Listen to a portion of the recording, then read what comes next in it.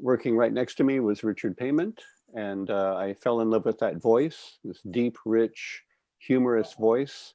And then he left the job.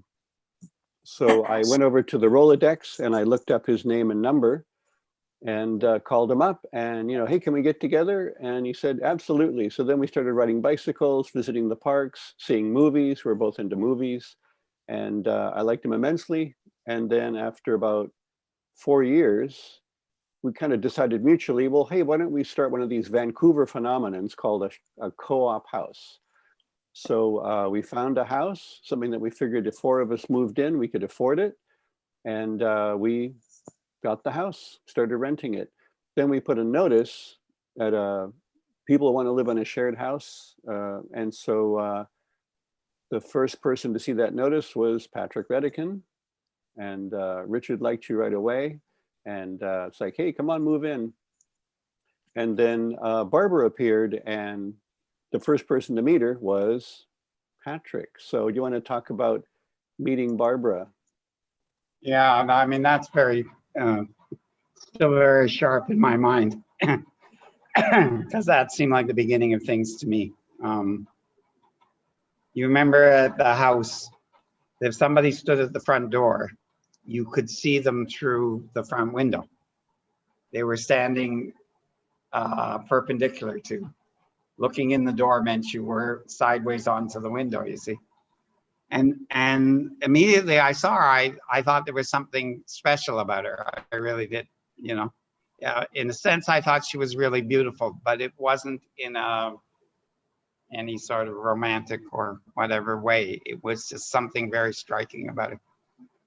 And she came in and we talked for a long time, and mostly we argued. And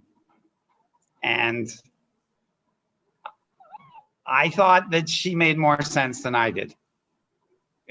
She was she wasn't directly talking about Sahaja Yoga, I don't think, but we were talking about various things, and she seemed to have better answers, which was very unusual experience for me, that she seemed to step ahead of me, and so I was very impressed. And I thought, I don't actually remember. I know that I contacted you guys, but I don't remember the actual words like Richard said. But I was very impressed with her, and it just moved on from there. When the first couple of weeks we were in the house, right? Or first week, it wasn't very long. She was preparing for the program. She had a list of names. Srimanti had been to Vancouver. They'd had the program. Srimanti liked Vancouver. They got a list of names of people who were interested in follow-up. And those names were sent, I believe, sent to Barbara. I think Srimanti ended up going back to England, but she phoned Barbara and somehow sent her the names. And so Barbara was getting in contact with those people and arranging a hall, and we were putting up posters, and I was helping her because I had nothing else to do, And then I asked her finally, could I come to the program? Because it was more or less being, a program for the people who had been to Srimanti's program. And she said yes. And I went to the program. And there were quite a few people there, maybe 40 people or something like this, yes? And in those days, we gave realization individually. That went on for a while, right? And so she said to me, I can't do this all by myself, you have to help me. Now, she hadn't actually formally given me realization, you see. But I said, fine, what do you want me to do, you see? And she said, you look at the chart, you feel the people, and you find which, and it's a color-coded chart. And I didn't believe for a second I was going to feel anything. I had been over the previous 10 years I wasn't constantly going, but a friend would take me to this program or that program and that sort of thing. And I could listen to the talks, but I never felt anything that we were supposed to feel, right? But this I felt right away. And when I raised the Kundalini, I could see it going up. I could see it throbbing in the centers and that, it just worked. And Wow. it was, and then the kicker actually came, the clincher was when we went back to came back to the house. And she gave me a photo, not the standard, meditation photo, but another photo of Sri Mataji, what I would call a Mother Mary photo, because of the colors and the way she wore the sari over her head and that. So it reminded me, I was raised a Catholic, right? So it reminded me of the pictures of Mary, the colors, the blues and the rose colors and that sort of thing. And I'm meditating on that photo, and it just came clear as day to me that this was Mary, that Sri Mataji was Mary, and that I was connected. I prayed to her my entire life, whenever I had a problem, even when I was a university atheist. I would go into a church, I would find a church, and I would find a photo or statues of Mary and sit there. It was comforting, but it wasn't contact, but it was there.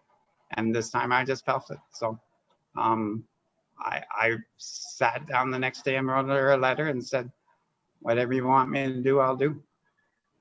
So my direction was completely different. Not necessarily better, but different, and easier in some ways. There wasn't much doubt. There wasn't much. Sometimes I wondered whether I was up to it, but I never had any question about Sri Mataji. And the other thing was that I had believed some things I'd read or heard when I was about 13 or 14. So this is about 15 years before this happened. It had come into my head that something was going to happen, that a group of people were going to come and change the world. And there were novels going around on this theme that were being passed around. They weren't best-selling list novels, but they were there. One I remember was called The Children of Atta. And like this, you see, I don't remember much about any of them, but I was held on firmly to that belief that something major was going to change, you see. And I read enough of my Marx when I was in university that the philosophy says you're going to be what you have is qualitative change, quantitative change, and qualitative change. And the example, of course, is water changing into ice. Gets colder and colder. That's quantitative change. When it changes to ice, it's the qualitative change. So that what we were looking for was a qualitative change. And so on that level too, I recognized that this was it. This is the first qualitative change I had ever experienced in my life. There aren't very many Marxists, ex-Marxists in Sahaja Yoga. But there you are. And it's actually Immanuel Kant it comes from. It's pre-Marxian, but there you are. Yeah, so just to give a flavor of 1981, the four of us, no, there were the three of us plus Barbara, so that was the four of us. And as Richard said, we had so much fun. We would do many things together. We had no money, but we managed to go out, do things, visit places. I only remember, as a remembering that we once rented a rent-a-wreck, which you rent an old car. And the four of us went out and we visited, I guess it was a monastery, something like that. But just in our togetherness, in our being together was something really new for me. I'd been a loner my whole life. My first friend in my whole life was Richard in 1977. And then my first sort of group that I hung out with and lived with was this shared house. So here were these people, and at some point Richard got his realization. So there were the three of them, and then there was me. And I remember that Richard and Patrick would sit in the living room of the house, and you guys would go like this. And while you were talking to me, and and maybe Patrick said, it feels like we're playing with a snowball. Do you remember that, Patrick? I don't specifically remember it, no. Wow, okay, yeah, that's what I remember.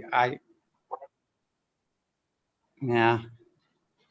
I mean, I remember there being times like that. I don't remember where and when.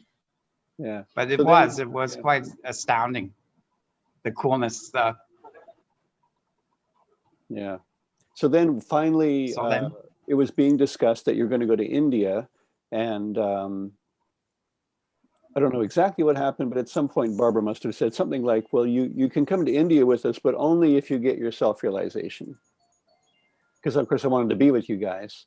So finally and then when finally I did sit down in a chair, and I guess what was the meditation room, with a friend of mine who I'd known since I was about 12 years old. And it was like, okay, well, if you will, I will. So then, much to my disappointment, Barbara, who I took to be sort of the authority on Sahaja Yoga, decided to raise the Kundalini of my friend. And it was Patrick who raised, formally, like standing behind me and doing something, who raised my Kundalini. And I'm not sure exactly what happened, but as far as I can remember, the remembering is that, did you feel anything? No, I don't. That I had no experience at all of anything. But I took the photograph of Srimataji, which was the all aspects photo, and put it somewhere. It was just like a little thin piece of paper, maybe printed in India, I don't know, and put it next to my bed on like a little side stand. And so then I would sit, daily, as I'd been instructed to do, and put my hands towards the photograph. And then at some point, before we went to India, we had some kind of a puja. And my first physical, tangible feeling of what was happening to me was at that puja, in which what we did is we put our hands directly on the glass of the photograph. It was in a frame. And we, moved our hands in a clockwise manner with water. And so I assume there was water. Anyway, and then as I was doing that, I remember feeling this sort of pain, like a physical pain in my heart.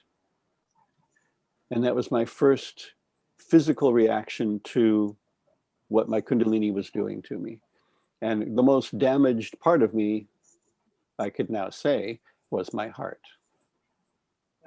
And then we went to India, would have been early January, and we went, a public program had been going on in Bombay, now called Mumbai, and the four of us arrived.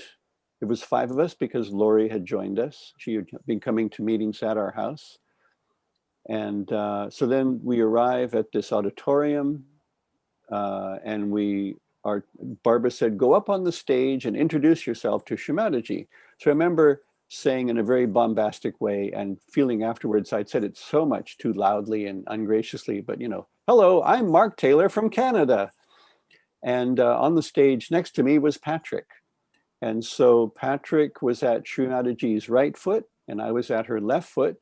And we somehow understood, based on what we'd seen other people doing, that we then bowed down and put our two hands on the floor next to her foot with the palms up. And then she lifted up her left foot and placed it on both my palms. And there was a skinny guy who I believe was Ashish Pradhan, but I wouldn't be for sure. But anyway, there was a skinny young boy and he was doing this to everybody who did the pranam to Srimataji. He was like working on the Kundalini. And then my memory of the memory is that Srimataji said to me, for some people, it takes a long time. Did she say anything to you, Patrick, in that moment?